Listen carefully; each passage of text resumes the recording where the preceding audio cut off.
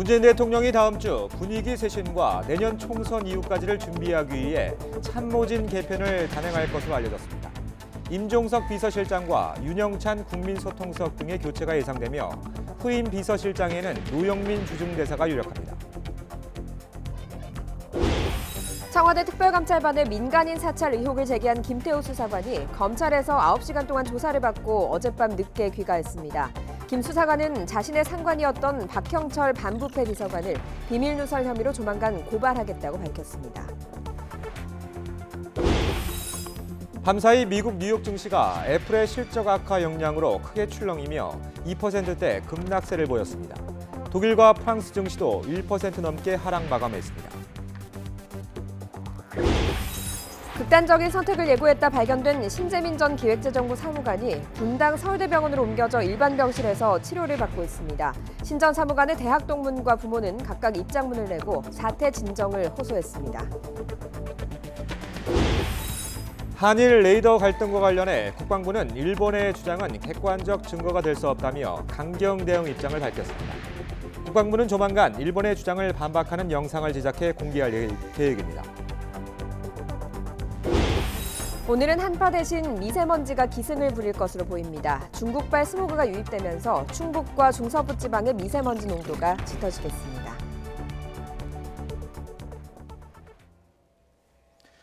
여러분 안녕하십니까? 1월 4일 금요일 굿모닝 화이트 시작합니다. 청와대가 다음 주 중폭의 참모진 개편에 나섭니다. 임종석 비서실장을 비롯해 수석과 비서관들 일부를 교체할 것으로 보이는데요. 새로운 대통령 비서실장에는 노영민 주중대사가 유력합니다. 신호 기자가 보도합니다. 문재인 대통령이 다음 주 청와대 2기 참모진 개편에 나섭니다. 여권 관계자는 지난해 말부터 청와대 개편을 위한 검증 작업이 진행되었다며 다음 주 새 대통령 비서실장 등에 대한 인선이 발표될 것이라고 밝혔습니다. 임종석 비서실장의 후임에는 노영민 주중대사가 유력하다고 이 관계자는 말했습니다.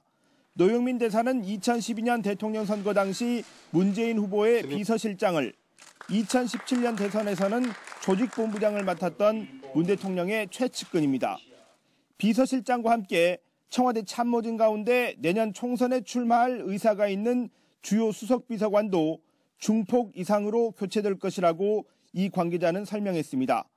윤영찬 국민소통수석과 정태호 일자리 수석 등이 총선 출마를 위한 교체 대상으로 꼽히는 가운데 한병도 정무수석의 교체 여부에도 관심이 쏠리고 있습니다. 정의용 국가안보실장도 교체 여부가 검토됐지만 올해 한반도 평화 프로세스의 중단 없는 이행을 위한 연속성 등을 고려해 유임하는 것으로 가닥이 잡혔습니다.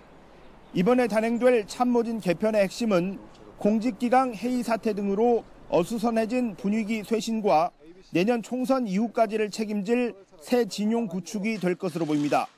문재인 대통령은 참모진 개편을 조기에 마무리한 뒤 올해 중점 과제인 경제 분야 성과 창출에 전념한다는 구상을 세운 것으로 분석됩니다. YTN 신호입니다. 청와대 특별감찰반의 민간인 사찰 의혹을 제기한 김태우 수사관이 어제 검찰에 소환돼 9시간 동안 조사를 받았습니다. 김 수사관은 상관이었던 박형철 반부패 비서관을 공무상 비밀누설 혐의로 조만간 검찰에 고발하겠다고 밝혔는데요. 본인의 비위 의혹에 대한 질문에는 답변하지 않았습니다. 김주한 기자가 보도합니다.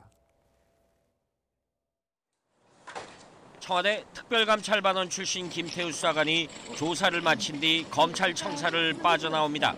자유한국당이 고발한 청와대 민간인 사찰 의혹 사건의 참고인으로 출석해 9시간여 동안 조사를 받았습니다. 김 수사관은 기자들의 질문에 검찰 조사에 성실히 답변했다면서 조만간 박형철 반부패 비서관을 비밀누설 혐의로 검찰에 고발하겠다고 밝혔습니다.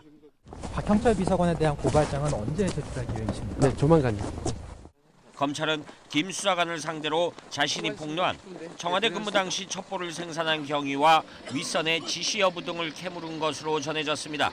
이에 앞서 검찰은 청와대 특감반 사무실과 반부패 비서관실을 압수수색하고 전직 특감반원들도 불러 조사했습니다. 김 수사관에 대한 조사가 일단락되면 이인걸 전 특감반장을 비롯한 청와대 윗선에 대한 소환 여부도 검토할 방침입니다. 청와대가 김 수사관을 고발한 공무상 비밀 누설 혐의는 수원지검에서 별도로 수사하고 있습니다. 수원지검도 고발 내용을 검토한 뒤 김 수사관을 조만간 소환할 것으로 보입니다. 이에 대해 김 수사관은 오히려 자신의 상관인 박형철 비서관이 고교동문인 첩보 혐의자에게 감찰 정보를 누설한 의혹이 있다고 말했습니다. YTN 김주환입니다. 미국의 IT 대장주 애플의 실적 악화 충격이 뉴욕 증시를 강타했습니다. 애플은 장중 10% 넘게 폭락했고 반도체주까지 동반 하락하면서 뉴욕 증시도 급락 마감했습니다. 뉴욕 연결합니다. 김영수 특파원. 네, 뉴욕입니다. 자, 애플 충격으로 우리 주식시장도 어제 2,000선이 무너졌는데 뉴욕 증시도 급락세를 보였다고요? 네, 맞습니다. 애플의 지난 분기, 그러니까 9월부터 12월 판매 실적이 예상치를 크게 밑돌 것이라는 발표에 뉴욕 증시가 하루 종일 출렁였습니다. 애플은 지난 2013년 이후 6년 만에 최대 낙폭인 10%까지 급락하기도 했습니다. 반도체주 역시 급락세로 마감됐습니다. 삼성전자와 하이닉스에 이어 세계 3위 반도체 기업인 마이크론도 5% 넘게 떨어졌습니다. 애플이 폭락하면서 다우지수는 장중 3% 가까이 급락하기도 했는데요. 낙폭을 줄이며 2% 안팎까지 약세를 보이다 조금 전 장 막판 낙폭을 키워 2%대 후반에 마감됐습니다. 나스닥 지수도 장 막판 낙폭을 키우며 3% 넘게 급락 마감했습니다. 어제 우리 코스피 지수가 0.8%, 코스닥 지수가 1.85% 급락한 것에 비교하면 더 큰 충격을 받은 건데요. 유럽 증시도 약세를 면치 못했습니다. 조금 전 끝난 독일과 프랑스 증시는 애플의 실적 전망 하향 조정에 각각 1.55%와 1.66% 하락 마감했습니다. 자, 그렇다면 애플 때문에 이렇게 전 세계 주식시장이 민감하게 반응하는 이유는 뭔가요? 네, 중국발 글로벌 경기 둔화 우려 때문입니다. 애플의 지난 분기 실적 전망 악화가 글로벌 경기 둔화의 신호탄이 될 수 있다는 분석이 나온 겁니다. 애플은 사실 우리 시각으로 어제 아침 6시 뉴욕 증시 장마감 직후 예상 실적을 발표한 건데요. 팀 쿡 최고 경영자는 투자자들에게 보낸 서한에서 9월 결산 법인인 애플의 1분기 매출, 그러니까 10월부터 12월까지의 매출을 5%에서 9% 하향 조정한다고 발표했습니다. 그러면서 무엇보다 중국 시장에서 아이폰 판매가 부진했기 때문이라고 설명했는데요. 특히 지난해 하반기 중국의 경기 둔화가 예상보다 빠르게 나타났다면서 우려를 표시했습니다. 이 같은 우려가 투자자들에게는 심각하게 들렸습니다. 애플이 안 좋다면 다른 기업들의 실적도 안 좋을 것이다. 결국 우려했던 글로벌 경기 둔화가 현실화되는 것 아니냐는 걱정에 투자 심리가 크게 위축됐습니다. 골드만삭스는 애플의 실적이 올해 더 나빠질 수 있다는 전망을 내놨습니다. 지금까지 뉴욕에서 전해드렸습니다. 극단적인 선택을 암시하는 글을 남기고 잠적했다 발견된 신재민 전 기재부 사무관이 분당 서울대병원으로 옮겨져 이틀째 치료를 받고 있습니다. 생명에는 지장이 없는 것으로 전해졌습니다. 김태민 기자입니다. 구급차가 요란한 사이렌 소리를 내며 모텔 밖을 빠져나갑니다. 유서를 남긴 채 자취를 감췄던 신재민 전 사무관이 반나절 만에 발견된 겁니다. 몸에 상처가 있었지만 생명엔 지장이 없었습니다. 2시에 들어온 걸로 돼 있는데. 그거 실어봤어요? 네, 뒷모습만 봤어요. 앞서 신 전 사무관은 지인에게 극단적 선택을 암시하는 문자 메시지를 보낸 뒤 잠적했습니다. 최근 SNS를 통해 청와대가 기재부에 부당한 압력을 넣었다고 폭로한 뒤 논란이 커지자 힘들다며 자신의 심경을 전한 겁니다. 또 모교인 고대 인터넷 커뮤니티에도 유서 형식의 글을 올려 내부 고발이 존중받는 문화를 바란다고 밝히기도 했습니다. 주거지였던 고시원에서는 같은 내용의 유서 석장과 휴대전화가 발견됐습니다. 범죄와 연관된 게 아니니까 피해자 케어 부분만 좀 신경을 쓰고 있을 뿐이고요. 추가로 더 조사될 내용은 없습니다. 신 전 사무관이 제기한 의혹을 정면 반박하며 법적 대응을 예고했던 구윤철 기재부 2차관은 위로차 병원을 찾기도 했습니다. YTN 김태민입니다. 신정 사무관의 대학 동문이 소모적인 논쟁을 멈추고 신정 사무관의 입장을 헤아려 달라며 호소문을 발표했습니다. 대학 시절부터 신재민을 지켜봐온 선후배 일동이라고 밝힌 신재민 전 사무관의 동무는 신 전 사무관의 주장을 옹호하려는 것은 아니라고 선을 그으면서 정부도 신 전 사무관이 잘못된 이야기를 한 것이라면 충분히 설명해 주길 부탁드린다고 밝혔습니다. 이들은 신 전 사무관이 뉴라이트였다거나 국가기밀로 사익 추구 활동을 했다는 건 사실이 아니라며 공익을 목표로 행동한 만큼 그 결과에 대해서 너무 가혹한 책임을 묻지 말아줄 것을 국민에게 부탁드린다고 덧붙였습니다. 신 전 사무관의 부모는 이들의 호소문과 동봉된 사과문에서 아들이 극단적인 선택으로 사회적 물의를 일으켜 죄송하다고 밝혔습니다. 기획재정부도 신 전 사무관의 문제가 더는 안타까운 사태로 이어지질 않길 바란다고 했습니다. 제기된 의혹에 대해서는 조목조목 반박했습니다. 오인석 기자가 보도합니다. 신재민 전 사무관에 대한 검찰 고발과 신 전 사무관의 기자회견 등으로 기획재정부는 심한 후폭풍에 휩싸였습니다. 하지만 신 전 사무관의 주장이 문제의 본질을 왜곡시키고 국민을 호도하고 있다며 조목조목 반박했습니다. 기재부는 청와대와 김동연 당시 경제부총리가 박근혜 정부의 국가 채무 비율을 의도적으로 높이기 위해 최대 8조 7천억 원의 적자 국채를 더 발행하라고 압력을 넣었다는 신 전 사무관의 주장은 사실이 아니라고 밝혔습니다. 먼저 김 부총리가 지시했다는 국가 채무 비율 39.4%는 적자 국채 추가 발행 규모 시나리오에 따라 국가 채무 비율이 어떻게 변하는지 검토하는 과정에서 논의된 수치 가운데 하나였다고 설명했습니다. 이와 관련해 기획재정부 관계자는 김 부총리가 국가 채무 비율을 39.4%로 올리라고 지시한 적이 없다는 점을 확인했다고 전했습니다.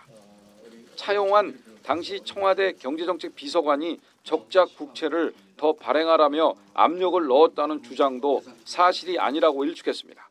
기재부는 차 전 비서관이 당시 국고채 발행 계획을 취소하거나 보도자료를 회수하려고 한 게 아니라 12월 발행 규모 등에 대해 최종 확인하는 차원에서 했던 것이라고 해명했습니다.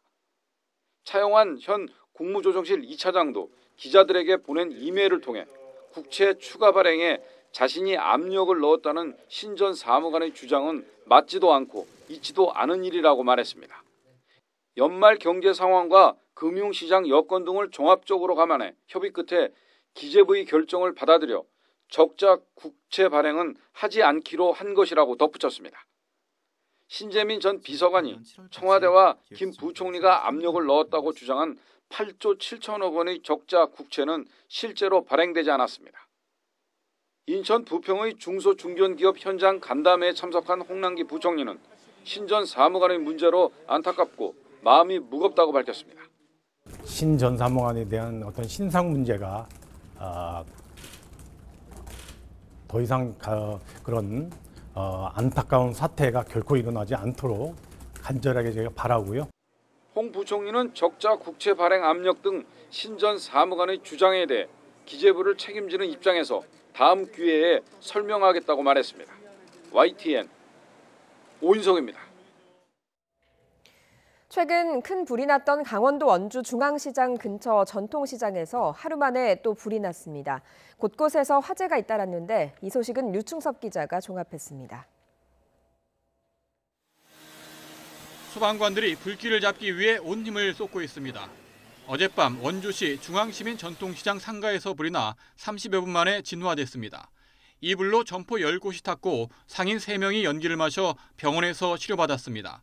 경찰은 먹거리 장터 기름집에서 불이 시작한 것으로 보고 화재 원인을 조사하고 있습니다.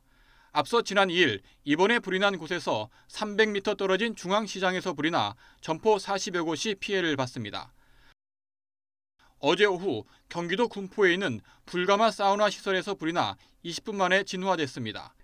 건물 관리소장이 사우나 시설 전기를 차단하고 이용객 대피를 유도하는 등 재빨리 대응해 인명피해는 없었습니다. 소방당국은 방열기 온도 조절 장치가 제대로 작동하지 않아 불이 난 것으로 추정했습니다. 수원에서는 주택에서 불이 났습니다. 이 불로 주택 2층에 사는 일가족 3명과 이웃 주민 1명 등 4명이 연기를 마셔 병원에서 치료받았습니다. 소방당국은 펌프차와 인력 50여 명을 투입해 20분 만에 불길을 잡았습니다. 부산에서는 20층 아파트 16층에서 불이 났습니다. 화재 직후 자체 스프링클러가 작동해 다행히 초기에 불길이 잡혔습니다. 곧바로 소방대원들이 출동해 10여 분 만에 불을 완전히 껐습니다.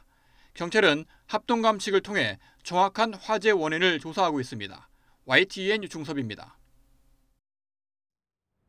네, 한파가 물러가자 또다시 미세먼지가 발생입니다. 대기 정체에 이어서 밤부터는 중국발 스모그까지 유입되겠는데요. 지금은 충북 지역만 미세먼지 농도 나쁨 수준을 보이고 있습니다. 하지만 점차 중서부와 전북 지역도 공기가 탁해지겠고요. 밤부터는 영동과 경북 지역도 미세먼지 농도가 높아지겠습니다. 오늘 나오실 때 황사용 마스크 꼭 챙기시기 바랍니다. 한파특보는 대부분 해제됐습니다. 지금 경기와 강원, 충북과 경북 지역에 한파주의보가 발효 중인데요. 특보가 발효 중인 철원과 제천의 현재 기온 영하 14도 안팎을 보이고 있고요. 그 밖에 서울 영하 5.7도, 광주 영하 3.4도로 어제보다 1도에서 6도가량 높습니다. 낮 동안 큰 추위도 없겠습니다. 서울 영상 4도, 광주와 대구 6도, 대전 5도로 어제와 비슷하거나 조금 높겠습니다. 오늘 내륙 지역의 하늘 표정은 맑겠습니다. 제주도는 오후부터 5에서 10mm의 비가 오겠고요. 제주 산간에는 1에서 5cm의 눈이 내려 쌓이겠습니다. 전국 대부분 지역에 건조특보가 발효 중인 가운데 메마른 날씨가 이어지고 있습니다. 내일부터는 바람까지 강하게 불 것으로 보이니까요. 불씨 관리 철저히 해주시기 바랍니다. 지금까지 YTN 야외 스튜디오에서 박현실입니다. 이탈리아 주재 북한 대사 대리가 제3국으로 망명을 신청한 것으로 전해졌습니다.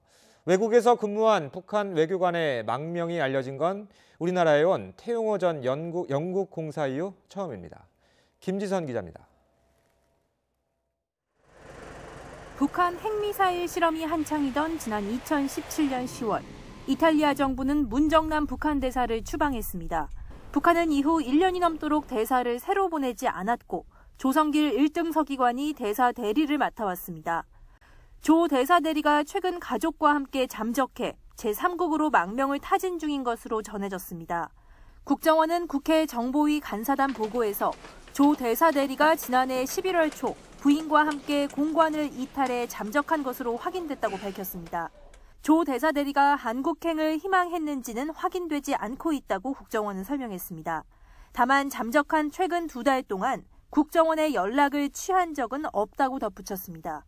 2018년 11월 말에 임기 만료가 되는데 임기 만료에 앞서 11월 초에 공간을 이탈해서 지금 잠적했다라고 알려졌습니다. 현재 조 대사 대리와 가족들은 이탈리아 당국이 안전한 곳에서 보호 중인 것으로 전해졌습니다. 지난해 11월 말 임기 만료를 앞두고 있던 터라 망명을 결심한 이유가 본국 귀환 지시와 연관됐을 것이라는 관측이 나옵니다. 올해 44살인 조 대사 대리는 지난 2015년 3등 서기관으로 이탈리아에 부임했고 가족과 함께 생활해온 것으로 전해졌습니다. 해외 공관에서 근무하던 북한 외교관의 망명은 지난 2016년 영국 대사관의 태용호 공사가 한국행을 택한 이후 처음입니다. YTN 김지선입니다. 국방부가 조만간 레이더 공관과 관련한 일본의 주장을 반박하기 위해 별도의 영상을 만들어 공개하기로 했습니다. 계속되는 일본의 공세에 맞서 대응 수위를 높여가고 있습니다. 강정규 기자입니다. 지난달 28일 일본 방위성이 공개한 영상입니다.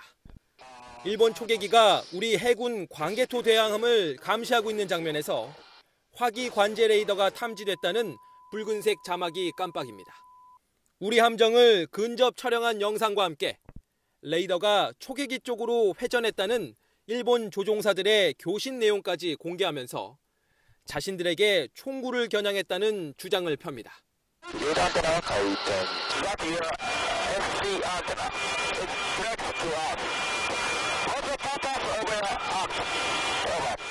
그러나 레이더가 움직인 건 광학 카메라로 초계기의 움직임을 추적한 것일 뿐 사격 레이더를 쏘지 않았다는 게 우리 군의 일관된 입장입니다.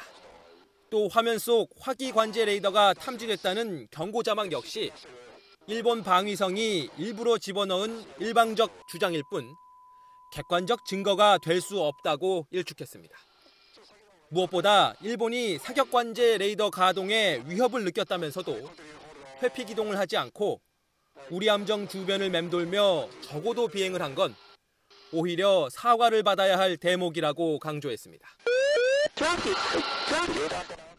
일본 방위성은 영상을 공개하기 직전 우리 국방부에 자막이 없는 원본 영상을 미리 보내왔습니다. 국방부는 이 원본 영상에 위와 같은 우리 군의 반박 내용을 담은 한글 자막을 입혀 공개할 예정입니다. 다만 광개토 대왕함에서 찍은 일본 초계기의 모습은 일단 공개하지 않을 방침입니다. 그 영상에 광개토 대왕함이 촬영한 일본 초계기의 모습이 있나요? 그 모습은 없습니다. 공개한 영상에 갖고 있는 문제점들과 저희가 파악한 부분들에 대해서 설명드릴 겁니다. 일각에서는 우리 군이 반박 영상으로 맞불을 놓는 게 레이더 문제를 정치적으로 이용하려는 아베 신조 일본 총리의 의도에 말려드는 거란 우려도 제기됩니다. YTN 강정규입니다. 우리 대법원의 징용배상 판결을 받고도 꿈쩍도 안 하는 일본 기업에 대해 변호인단이 국내 자산 압류 절차에 착수했습니다. 일본에서는 신경질적인 반응이 나오고 있습니다. 도쿄에서 황보현 특파원이 보도합니다. 대법원의 배상 명령 이행을 촉구하기 위해 신일철주금, 옛 신일본제철을 2번이나 찾았다 모두 문전박대당한 징용 피해자 변호인들. 크리스마스 이브까지 응답하라는 최후 통첩을 남기고 발길을 돌렸습니다. 협의의 의사가 없다는 게 확인이 되면 한국 내에 있는 자산의 압류 절차로 나아갈 수밖에 없을 것 같습니다. 혹시나 했지만 역시나 신일철주금은 묵묵부답으로 일관했고 변호인들은 예고대로 실력 행사에 들어갔습니다. 신일철주금이 국내에 보유한 것으로 알려진 110억 원 상당의 주식에 대한 압류를 법원에 신청한 겁니다. 이에 대해 신일본제철은 일본 언론을 통해 매우 유감이며 일본 정부와 협의해 적절히 대응해 나가겠다고 밝혔습니다. 스스로 배상을 하고 안 하고를 결정할 수 없다는 얘기입니다. 일본 정부 관계자는 일본 기업에 손해가 간다면 뭔가 대응 조치를 마련할 수밖에 없다고 말했고 외교소식통은 한국이 선을 넘었다며 불편한 심기를 드러낸 것으로 전해졌습니다.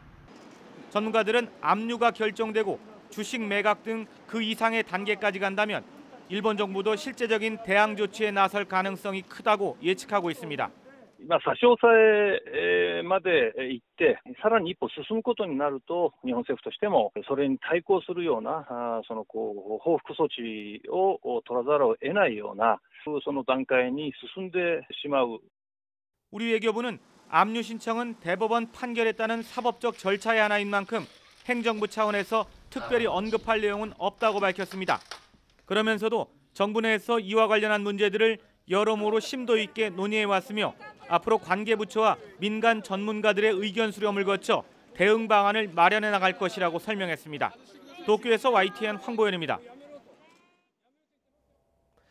환자가 휘두른 흉기에 숨진 임세원 교수의 발인식이 오늘 엄수됩니다. 서울 강북 삼성병원은 홈페이지를 통해 고 임세원 교수의 발인이 오늘 오전 7시 반부터 진행된다고 밝혔습니다. 장지는 서울시립 승하원에 마련됐습니다. 빈소인 서울적십자병원 장례식장엔 고인을 애도하는 의료인과 시민들의 발길이 이어졌습니다. 고 임세원 교수의 유족들은 조의금 일부를 기부하겠다는 뜻을 밝혔습니다. 고인과 절친인 것으로 알려진 백종우 경희대병원 정신건강의학과 교수는 유족들이 조의금은 일부 장례비를 제외하고 절반은 강북 삼성병원에, 절반은 고인이 못다한 일을 하기 위해 동료들에게 기부하고 싶다는 의사를 밝혔다고 SNS를 통해 전했습니다. 백 교수는 유족들의 마음은 알겠지만 조의금과 별도로 임 교수가 못한 일은 동료들이 모금을 해서라도 반드시 해나갈 계획이라고 말씀드렸다며 동료들이 도리를 할 수 있게 다시 생각해 주시기를 부탁드려야겠다고 덧붙였습니다. 정치권에선 의료진을 보호할 수 있도록 법률을 개정해야 한다는 움직임이 일고 있습니다. 여당은 당장 대책반을 꾸리기로 했고 야권도 구체적인 대안 마련에 힘을 보태겠다며 의지를 보였습니다. 최기성 기자입니다. 응급실에서 응급의료 종사자를 폭행해 다치거나 숨지게 한 사람을 가중처벌하는 법률 개정안은 지난달 27일 국회 본회의를 통과했습니다. 불과 일주일 만에 또 의료진 사망사고가 발생하면서 처벌 강화 방안 등이 담긴 이른바 임수연법을 제정해야 한다는 목소리가 나오고 있습니다. 더불어민주당은 정신과 의사 출신인 윤일기 의원을 위원장으로 하는 이른바 안전한 진료 환경 구축 태스크포스를 가동해 대책을 논의할 방침입니다. 의료법 개정뿐 아니라 신고 체계나 의료인 보호를 위한 매뉴얼 작성까지 폭넓게 논의하겠다는 취지입니다. 우리 당 그리고 보건복지부, 대한의사협회도 관련 협회가 참여해서 진료실 내의 대피 방법이나 폭력 사건 발생 시 신고 체계, 그리고 피해자 보호를 위한 병원 내 규정 마련 등. 자유한국당도 폭행 사건이 발생하면 처벌을 강화해야 한다는데 공감한다는 반응입니다. 한국당은 의료계나 병원 현장 관계자들을 직접 만나 구체적인 대안을 내놓겠다고 설명했습니다. 처벌 강화를 포함해서 다양한 대안을 도출하기 위해서 의협 또 병원협회 이런 관련되신 분들과 함께 방안 도출을 위한 정책 간담회를 다음 주 중에 개최를 해서 고 임세연 교수 빈소를 찾아 조문했던 바른미래당 손학규 대표 역시 안전 강화를 위한 법과 제도적 장치를 마련하겠다고 밝혔습니다. 우리가 흔히 환자의 안전성 보장에는 많은 관심을 갖고 있는데 의료인의 안전성 보장에 대해서 사회적인 관심이 덜했던 것이 사실입니다.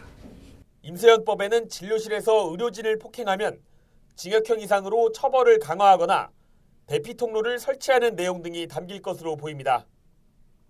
하지만 앞서 통과된 윤창호법이나 김용규법처럼 매번 사건이 터지고 나서야 정치권이 대책 마련에 나서는 건 아쉬움이 남는 대목입니다. 국민의 죽음, 국민의 희생 있고 그리고 그 나서야 만들어진 법이라는 점에서 국회의장으로서 매우 부끄럽다는 말씀을 드리지 않을 수 없습니다.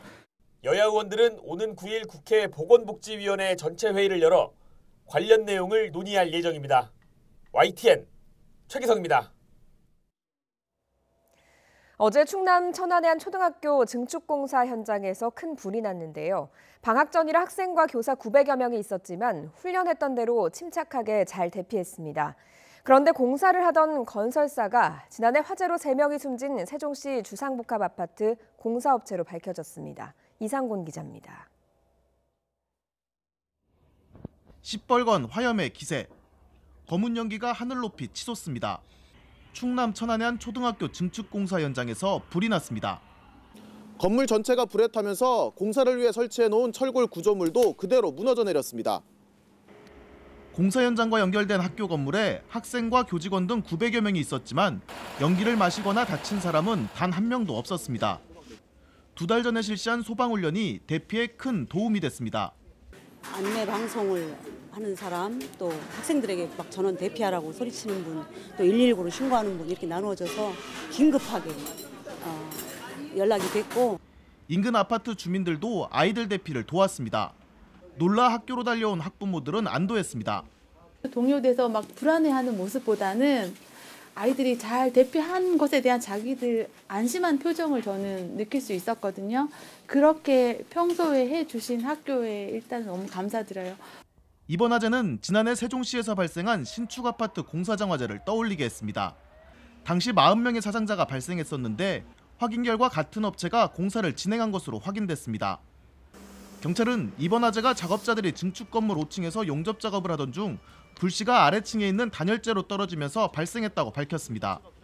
화재 뒤 교사와 학생의 침착한 대응은 빛났지만 같은 건설사가 담당한 공사 현장에서 잇따라 발생한 대형 화재는 비난을 피하기 어려워 보입니다.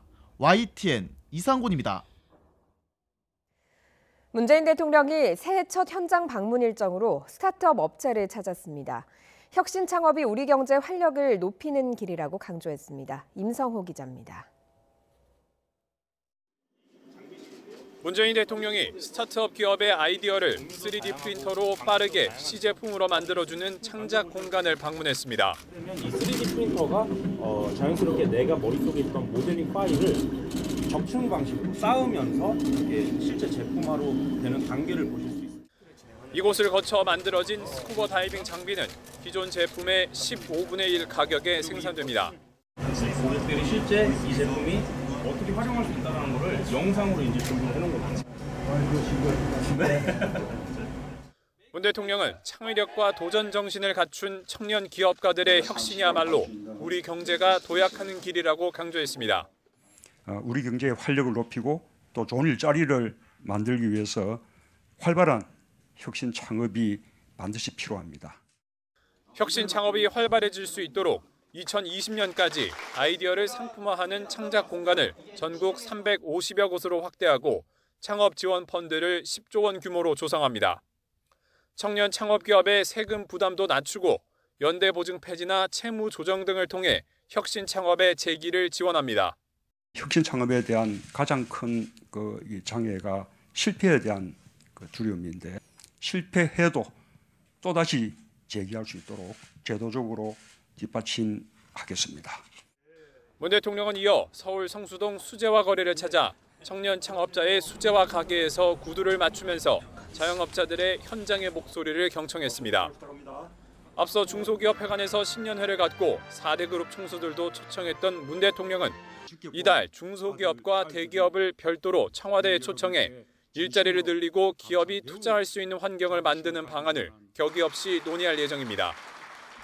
문 대통령은 연초부터 대기업과 중소기업, 창업기업까지 아우르는 경제 행보에 집중하면서 기업의 혁신과 투자, 일자리 창출을 통해 경제 성과를 내겠다는 의지를 강조하고 있습니다. YTN 임성호입니다. 반도체와 디스플레이 등 우리나라 핵심 산업 기술이 해외로 새는 걸 막기 위해서 국내 기업의 해외 인수합병 장벽이 높아집니다. 또 핵심 기술을 해외로 유출했을 때 받는 처벌도 강화됩니다. 최하영 기자가 보도합니다. 스마트폰 화면 모서리를 둥글게 만들고 터치까지 가능한 갤럭시 엣지 디스플레이. 삼성이 6년 동안 1,500억 원을 투입해 개발한 이 기술이 지난해 중국으로 유출됐습니다. 삼성의 30년 넘는 협력업체의 범행이었습니다. 매출 유지가 어렵게 되자 중국 디스플레이 업체들에게 S사와 비밀 유지 계약이 체결된 3D 레미네이션 설비를 몰래 수출하기로. 또 과거 쌍용차가 개발한 하이브리드 자동차 중앙 통제 장치 기술과 하이디스가 보유한 LCD 첨단 기술 역시 중국 기업에 인수되면서 줄줄이 새나갔습니다. 이런 식으로 지난 6년 동안 전기, 전자와 자동차, 정보통신 분야 등에 걸쳐 기술 150여 건이 해외로 빠져나갔습니다. 우리나라 경제 근간을 흔드는 산업기술의 유출을 막기 위해 정부가 국내 기업의 해외 인수합병 장벽을 높입니다. 현재는 핵심 기술 가운데 국가에서 자금을 지원받은 경우에만 인수합병을 신고하도록 하고 있지만 앞으로는 국가 지원 없이 기술을 자체 개발한 경우에도 사전 신고해야 합니다. 또 기술 유출자에 대한 처벌도 강화됩니다. 국가 핵심 기술을 유출하면 현행 징역 15년 이하에서 최소 형량을 정해 3년 이상에 처해지게 되고 징벌적 손해배상과 범죄 수익 몰수도 이루어집니다.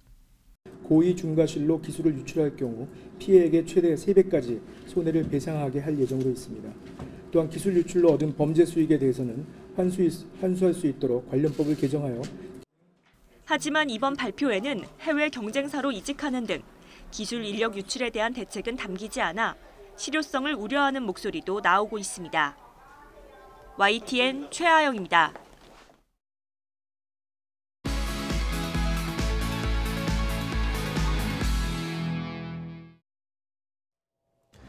오늘 아침 주요 뉴스입니다. 문재인 대통령이 다음 주 분위기 쇄신과 내년 총선 이후까지를 준비하기 위해 참모진 개편을 단행할 것으로 알려졌습니다. 임종석 비서실장과 윤영찬 국민소통수석 등의 교체가 예상되며 후임 비서실장에는 노영민 주중대사가 유력합니다. 밤사이 미국 뉴욕 증시가 애플의 실적 악화 영향으로 크게 출렁이며 2%대 급락세를 보였습니다. 독일과 프랑스 증시도 1% 넘게 하락 마감했습니다. 극단적 선택을 예고했다 발견된 신재민 전 기획재정부 사무관이 분당 서울대병원으로 옮겨져 일반 병실에서 치료를 받고 있습니다. 신 전 사무관의 대학 동문과 부모는 각각 입장문을 내고 사태 진정을 호소했습니다. 오늘은 한파가 물러나고 대신 미세먼지가 기승을 부릴 것으로 보입니다. 중국발 스모그가 유입되며 충북과 중서부 지방의 미세먼지 농도가 짙어지겠습니다. 오늘 아침 주요 뉴스였습니다. 안철상 법원행정차장이 취임 1년여 만에 사의를 표명했습니다. 사법농단 의혹 수사와 관련한 김명수 대법원장과의 갈등서를 일축하면서 사의 표명 이유를 밝혔는데요. 직접 들어보겠습니다. 법관은 재판할 때가 가장 평온하고 또 기쁠 때입니다. 재판부에 복귀하는 것은 당연하다고 할 수 있습니다. 그리고 지난 1년간은 육체적으로나 정신적으로 힘이 많이 들었고 검찰 수사에 대한 대법원장님 입장이랑 다른 의견이신 건가요? 대법원장님과 그 큰 방향에서의 입장은 다를 바가 없습니다. 그리고 대법원장님은 다양한 견해를 존중하고 또 경청하는 그런 그 마음이 열리신 분이기 때문에 저하고 세부적인 의견 차이로 인해서 갈등이라고 생각한 적은 한 번도 없습니다. 박근혜 정부 시절 문화예술계 블랙리스트에 관여한 혐의로 재판에 넘겨진 최윤수 전 국정원 차장에게 집행유예가 선고됐습니다. 공직자 불법 사찰 혐의는 우병우 전 청와대 민정수석과의 공모 관계를 인정하지 않아서 무죄로 판단했습니다. 신지영 기자입니다. 최윤수 전 국정원 차장의 핵심 혐의 가운데 하나는 공직자 불법 사찰입니다. 추명호 전 국정원 국익정보국장이 이석수 전 특별감찰관 등을 불법 사찰한 뒤 우병우 전 청와대 민정수석에게 보고하도록 승인했다는 겁니다. 재판부는 이에 대해 무죄라고 판단했습니다. 최 전 차장이 사찰 범행을 알았을 거라 의심은 했지만 공모 관계를 인정하기는 어렵다고 봤습니다. 하지만 박근혜 정부 시절 문화예술계 블랙리스트 공작에 관여한 혐의는 유죄로 인정했습니다. 최 전 차장이 블랙리스트의 문제점을 인식하고 중단할 수 있었는데도 업무가 계속되도록 직권을 남용했다고 판단한 겁니다. 이에 따라 징역 8개월에 자격정지 1년, 집행유예 2년을 선고했습니다. 법정 밖으로 나온 최 전 차장은 유죄 부분에 대해 항소심에서 다투겠다고 밝혔지만 같은 혐의로 1심에서 징역 1년 6개월을 선고받고 구속 만기로 풀려낸 서울대 법대 동기 우 전 수석에 대해서는 말을 아꼈습니다. 정보원장은 지금 구속이 됐잖아요. 그리고 오늘은 우병우 전 수석은 또 석방이 되고 그 운명이 엇가리는데 한복판에 서 계신 것 같은데 그에 대한 소연은 없나요? 그 부분은 모든 재판 절차가 다 종결이 되면 그때 가서 말씀드리는 게 도리일 것 같습니다. 하지만 불법 사찰 정보를 우 전 수석에게 보고한 혐의 등으로 재판에 넘겨진 추명호 전 국정원 국장은 징역 2년을 선고받고 법정 구속됐습니다. YTN 신지원입니다. 노무현 전 대통령의 일가가 박연차 태광실업 회장으로부터 640만 달러의 뇌물을 받았다는 의혹과 관련해서 검찰이 고발인 조사를 했습니다. 서울중앙지방검찰청은 어제 자유한국당 주광덕 의원을 고발인 신분으로 불러 조사했습니다. 주 의원은 검찰 조사를 받은 뒤 기자들과 만나서 성역 없는 수사로 진실을 밝히라는 게 법치주의를 바로 세우라는 국민의 뜻이고 시대 정신이라고 밝혔습니다.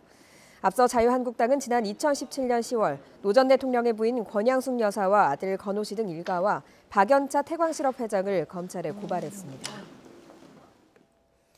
청와대 행정관이 군 장성 인사와 관련한 자료 등을 청와대 밖으로 들고 나갔다가 분실한 사실이 뒤늦게 알려졌습니다. 청와대는 재작년 9월 인사수석실 소속 정무행정관이 군 장성들의 인적사항과 평가 등이 담긴 자료를 청와대 밖으로 가지고 나갔다가 자료가 담긴 가방을 분실했다고 밝혔습니다. 청와대는 해당 행정관을 대기 발령 조치한 뒤 조사를 거쳐서 의원 면직했습니다. 4살짜리 딸을 화장실에 4시간 동안 방치해서 숨지게 한 혐의로 긴급 체포된 30대 여성이 구속됐습니다. 의정부 지방법원은 숨진 아이의 엄마 35살 이모 씨에 대한 영장 실질 심사에서 도주 우려가 있다며 구속영장을 발부했습니다. 경찰은 부검 결과 딸의 머리에서 심각한 피멍이 있는 것을 발견하고 이 씨가 딸을 때렸는지도 집중 추궁하고 있습니다. 서울시 교육청이 사립유치원을 매입하겠다며 신청을 받았는데 51곳이 접수했습니다. 서울에 있는 사립유치원의 8%가량인데 대부분 운영난을 이유로 들었습니다. 이지훈 기자가 보도합니다. 서울시 교육청은 지난달 28일까지 접수한 매입형 유치원 공모에 사립유치원 51곳이 신청서를 냈다고 밝혔습니다. 매입형 유치원은 교육청이 사립유치원을 사들인 뒤 해당 유치원 부지와 시설을 활용해 공립유치원으로 바꾸는 것입니다.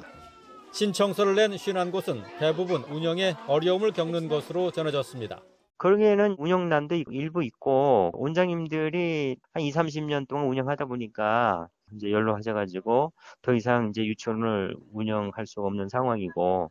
교육청은 올해 10곳 안팎을 매입해 공립유치원으로 바꾼다는 계획입니다. 현재 공립단설유치원이 한 곳도 없는 7개 자치구와 수요 대비 공립유치원이 적은 지역, 서민 주거지역 등이 우선입니다. 조희연 서울시 교육감은 매입형 유치원 신청이 이렇게 많을 줄 몰랐다면서 추가 경정 예산을 편성해서라도 올해 30개까지 설립했으면 한다고 말했습니다. 서울시 교육청은 이달 말까지 선정위원회의 현장 방문과 심사를 통해 공립 전환 여부를 결정합니다. 매입형 유치원은 단독 건물에 6학급 이상 규모여야 하는 시설 기준 외에 최근 2년간 감사에서 경고 이상의 행정처분을 받은 사립유치원은 심사 대상에서 아예 제외할 방침입니다. YTN 이주연입니다. 2022학년부터 초등학교 수학과 과학 사회 교과서가 국정에서 검정 체제로 발행됩니다. 교육부는 2022년 초등학교 3, 4학년 수학과 과학 사회 교과서를 검정화한 뒤 이후 5, 6학년까지 확대 적용할 방침이라고 밝혔습니다. 현재 초등학교 학생들은 영어와 예체능 계열 교과서를 제외하면 모두 국정 교과서로 공부하고 있습니다. 교육부는 초등학교 교과서가 검정으로 전환될 경우 출판사가 경쟁적으로 교과서를 개발함에 따라 교과서의 질 역시 높아질 것으로 기대하고 있습니다. 천연기념물 수리부엉이가 주택가 전깃줄에 날개가 엉켰다가 구조됐습니다. 인천 중부소방서는 어제 오전 9시 반쯤 숭이동의 한 주택가에서 전선에 걸려 날지 못하는 수리부엉이를 구조해 인근 동물병원으로 보냈다고 밝혔습니다. 발견 당시 수리부엉이는 전깃줄에 다리와 날개가 엉켜 움직일 수 없는 상태였습니다.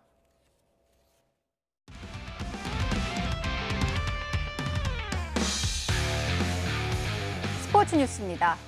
프로축구 전북 현대의 첫 외국인 사령탑 모라이스 감독이 취임 기자회견을 가졌습니다. 유럽에서의 경험을 살려 전북 특유의 공격 축구를 계승하겠다고 밝혔습니다. 김재형 기자입니다. 전북의 전성기를 만든 최강희 감독의 뒤를 이은 포르투갈 출신 조세 모라이스 감독입니다. 모라이스 감독은 세계적인 명장 모리뉴 감독의 수석 코치를 지내 취임 전부터 주목받았습니다. Ele ainda hoje me enviou uma mensagem a desejar boa sorte e disse-me que se possível viria aqui ver um jogo. 모라이스 감독은 전북을 상징하는 공격 축구, 이른바 닭공을 계속하겠다고 밝혔습니다. 다만 수비를 좀 더 강화해 최다 득점과 함께 최소 실점 기록도 세우겠다고 강조했습니다. 한국 나이로 41살이 된 팀의 중심 이동국에 대해선 새 시즌에도 중용할 뜻을 내비쳤습니다. De contacto que eu tive com ele, eu sinto que ele tem enorme entusiasmo e esse entusiasmo e paixão nós queremos ver no jogo. 지난 2010년 이탈리아 인터 밀란에서 모리뉴 감독의 수석 코치로 리그와 FA컵 챔피언스 리그를 석권하는 트래블을 달성한 모라이스 감독은 전북에서도 트래블을 달성하고 싶다고 밝혔습니다. 13년 동안 전북을 지휘한 최강희 감독이 끝내 이루지 못한 목표입니다. Para mim, pessoalmente, é a ambição de conquistar títulos.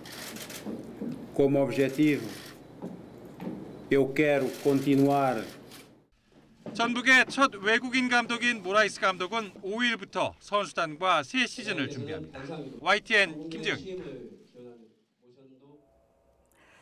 프로농구 인천 전자랜드가 서울 SK를 10연패 수렁으로 몰아넣으며 4연승을 달렸습니다. 전자랜드는 16득점으로 활약한 외국인 선수 찰스 로드를 앞세워 SK를 66대 59로 이겼습니다. 울산에서는 선두 현대모비스가 DB를 76대 70으로 꺾고 연패 탈출에 성공했습니다. 남자 프로배구 현대캐피탈이 풀세트 접전 끝에 우리카드를 3대 2로 누르고 선두를 탈환했습니다. 현대캐피탈은 외국인 선수 파다르가 21득점으로 활약한 데 힘입어 우리카드를 힘겹게 꺾었습니다. 승점 2점을 추가한 현대캐피탈은 승점 43점이 돼 대한항공을 1점 차로 따돌리고 선두 자리를 되찾았습니다. 올 시즌 미국 여자 프로골프 LPGA 투어에 진출하는 이정은이 신인왕이 목표라고 밝혔습니다. 이정은이 목표를 이루면 우리나라 선수가 5년 연속 신인왕을 독차지하게 됩니다. 허재원 기자입니다. 오랜 고민 끝에 LPGA 무대에 도전을 결정한 이정은의 첫 해 목표는 명확합니다. 5년 연속 신인왕이라는 거에 되게 관심을 많이 가져주시는 것 같아요. 그래서 또 한국 선수로서 또 5년 연속 신인왕을 하는 거를 첫 번째 목표로 또 LPGA 투어에서는 2015년 김세영 이후 전인지와 박성현에 이어 지난해 고진영까지 4년 연속 우리나라 선수가 신인왕을 독차지했습니다.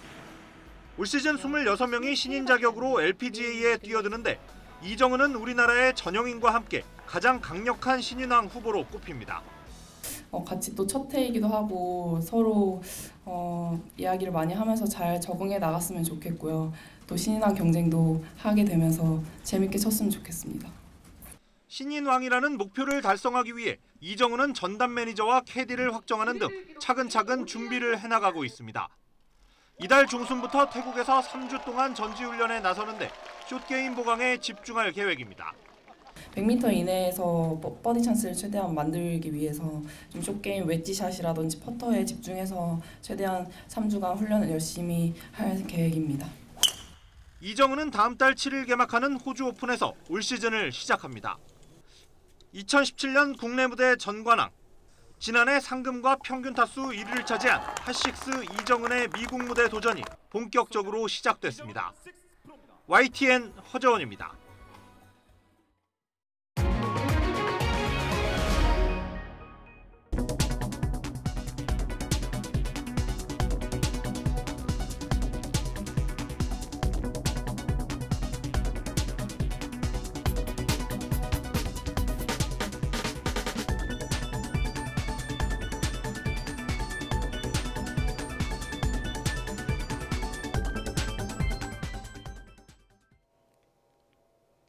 한파가 주춤해 살만하니 다시 미세먼지가 고개를 듭니다. 오늘 찬바람이 약해지면서 대기가 정체되고 있는데요. 현재 충북 지역의 초미세먼지 농도가 나쁨 단계까지 올라갔습니다. 밤부터는 중국발 스모그가 가세하면서 농도가 더 짙어집니다. 중서부와 전북 지역의 미세먼지 농도가 나쁨 수준까지 오르겠고요.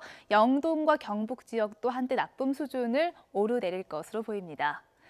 오늘 아침 공기는 어제보다 한결 부드러워졌습니다. 현재 서울 기온은 영하 5.8도로 어제 아침보다 5도가량, 3도가량 높은 기온을 보이고 있는데요.